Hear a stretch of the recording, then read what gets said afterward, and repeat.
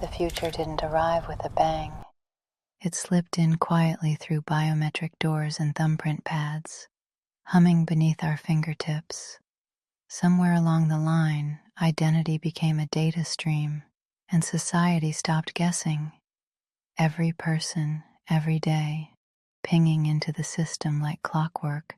No grand declarations, no red tape, just the soft green pulse of confirmation, a global cadence of acknowledgement, not for control, but for calibration. Because when you run a planet, guesswork is a luxury you can't afford. The old world ran on sentiment, policies shaped by applause, funding dictated by crowd noise. Elections turned on charisma, not consequence. Budgets bloated where cameras flashed. Whole ecosystems drowned while someone approved a golf course. Minority communities begged at the table of majority comfort, and environmental warnings went unanswered because they didn't trend high enough. But now imagine a system, not cold, not cruel, just precise.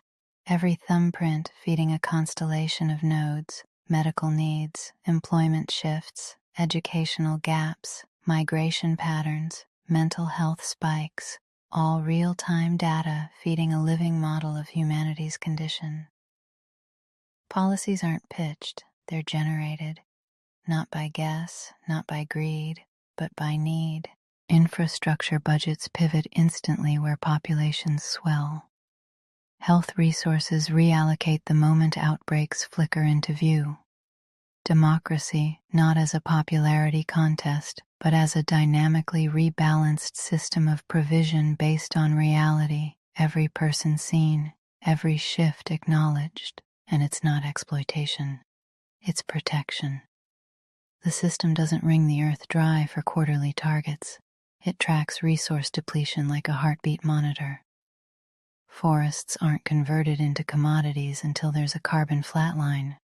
Oceans don't get drained because it turns a faster profit. The planet becomes an asset with permanence, not a vault to be looted and left empty. Yes, it sounds clinical, maybe a little too orderly.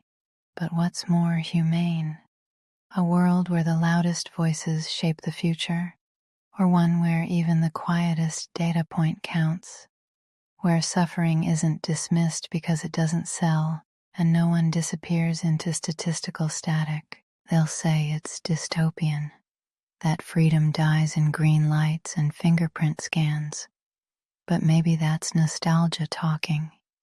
Maybe freedom isn't the absence of structure, but the presence of systems that actually serve.